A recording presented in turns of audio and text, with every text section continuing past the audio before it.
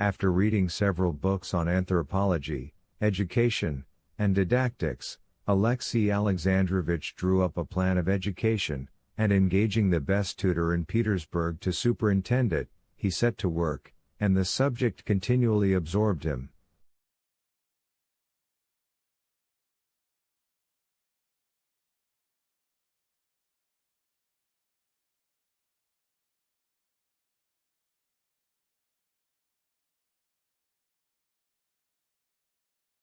Yes, but the heart. I see in him his father's heart, and with such a heart a child cannot go far wrong, said Lydia Ivanovna with enthusiasm.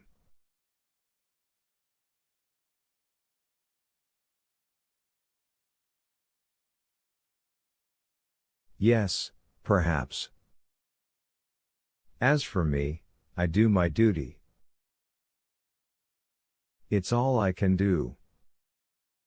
You're coming to me, said Countess Lydia Ivanovna, after a pause.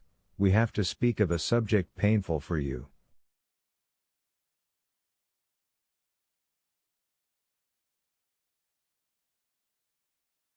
I would give anything to have spared you certain memories, but others are not of the same mind.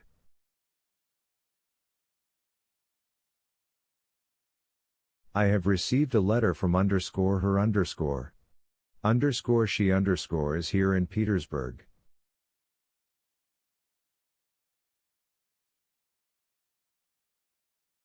Alexey Alexandrovich shuddered at the allusion to his wife, but immediately his face assumed the death-like rigidity which expressed utter helplessness in the matter.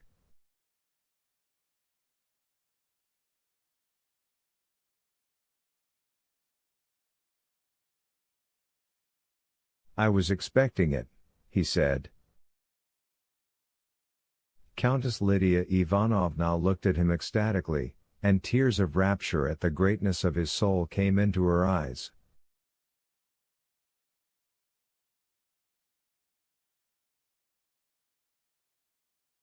Chapter 25. When Alexey Alexandrovich came into the Countess Lydia Ivanovna's snug little boudoir, decorated with old china and hung with portraits, the lady herself had not yet made her appearance.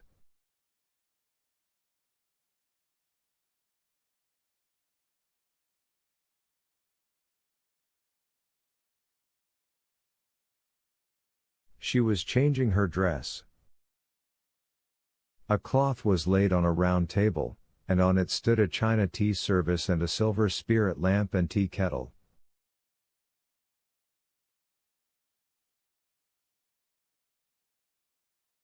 Alexey Alexandrovich looked idly about at the endless familiar portraits which adorned the room, and sitting down to the table, he opened a New Testament lying upon it.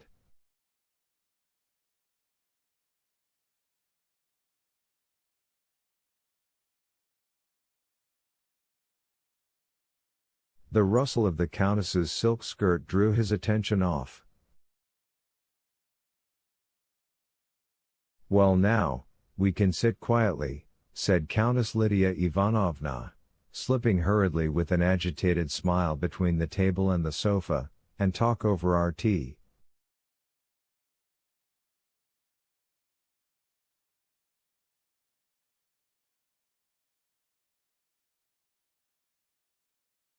After some words of preparation, Countess Lydia Ivanovna, breathing hard and flushing crimson, gave into Alexey Alexandrovich's hands the letter she had received.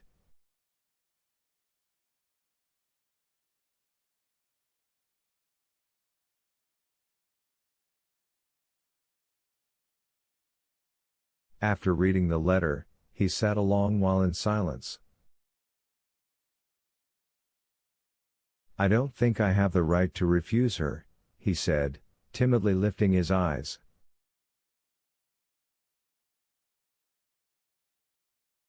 Dear friend, you never see evil in anyone.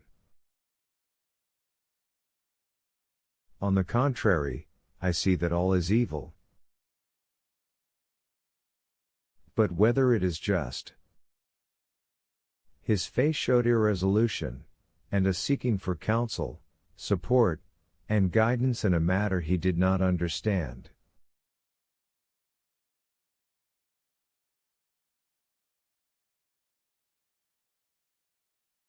No, Countess Lydia Ivanovna interrupted him, there are limits to everything.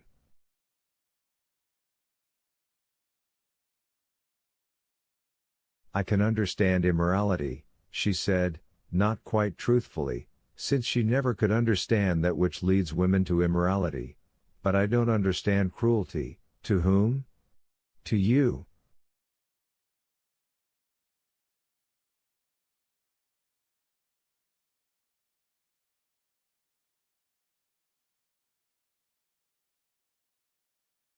How can she stay in the town where you are? No, the longer one lives the more one learns. And I'm learning to understand your loftiness and her baseness.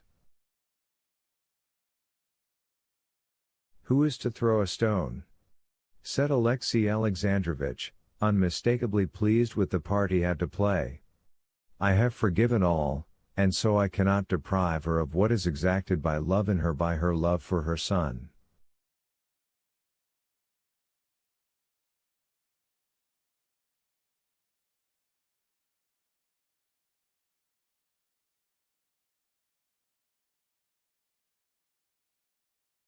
But is that love, my friend? Is it sincere? Admitting that you have forgiven, that you forgive, have we the right to work on the feelings of that angel?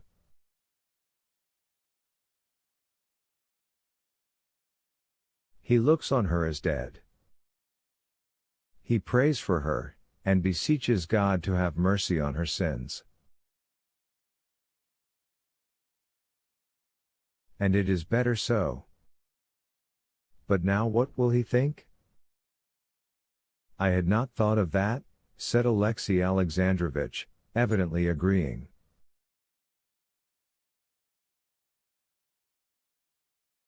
Countess Lydia Ivanovna hid her face in her hands and was silent. She was praying.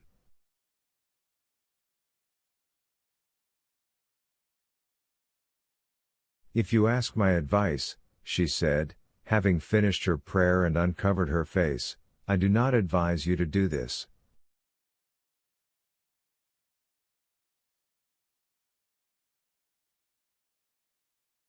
Do you suppose I don't see how you are suffering, how this has torn open your wounds?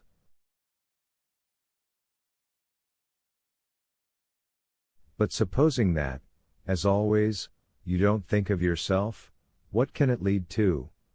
To fresh suffering for you, to torture for the child.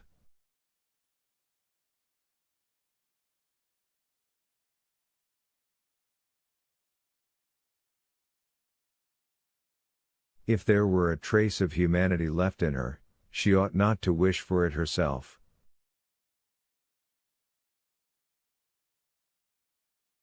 No, I have no hesitation in saying I advise not, and if you will entrust it to me, I will write to her.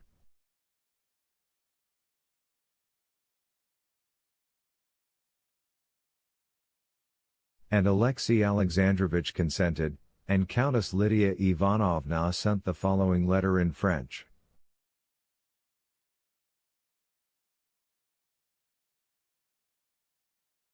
Dear Madam, to be reminded of you might have results for your son in leading to questions on his part which could not be answered without implanting in the child's soul a spirit of censure towards what should be for him sacred, and therefore I beg you to interpret your husband's refusal in the spirit of Christian love.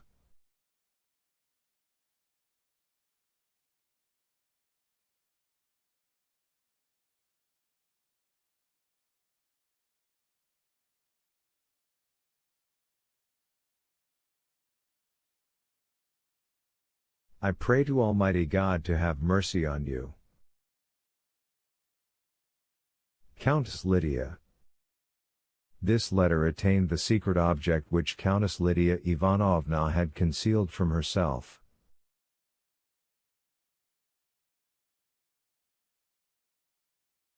It wounded Anna to the quick. For his part, Alexey Alexandrovitch, on returning home from Lydia Ivanovna's, could not all that day concentrate himself on his usual pursuits, and find that spiritual peace of one saved and believing which he had felt of late.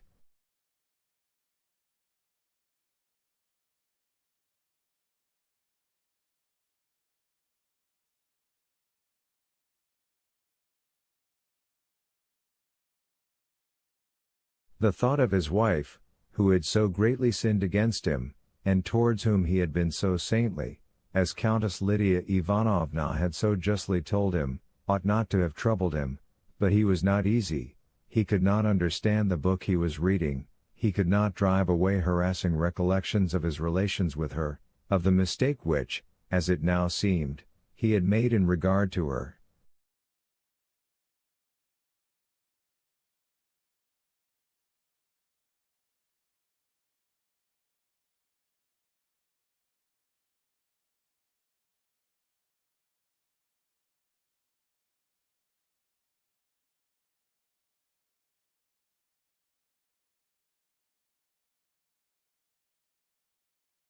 The memory of how he had received her confession of infidelity on their way home from the races, especially that he had insisted only on the observance of external decorum, and had not sent a challenge, tortured him like a remorse.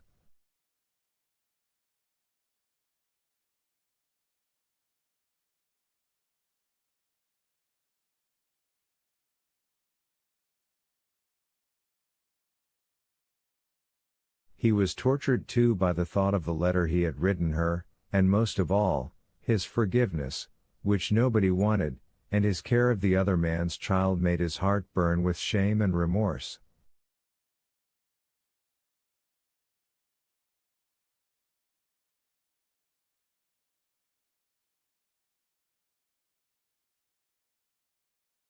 And just the same feeling of shame and regret he felt now, as he reviewed all his past with her, recalling the awkward words in which, after long wavering, he had made her an offer.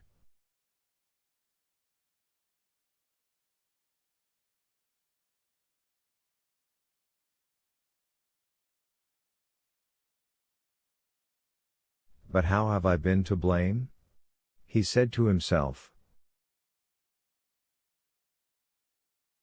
And this question always excited another question in him, whether they felt differently, did their loving and marrying differently, these Vronskys and Oblonskys, these gentlemen of the bedchamber, with their fine calves.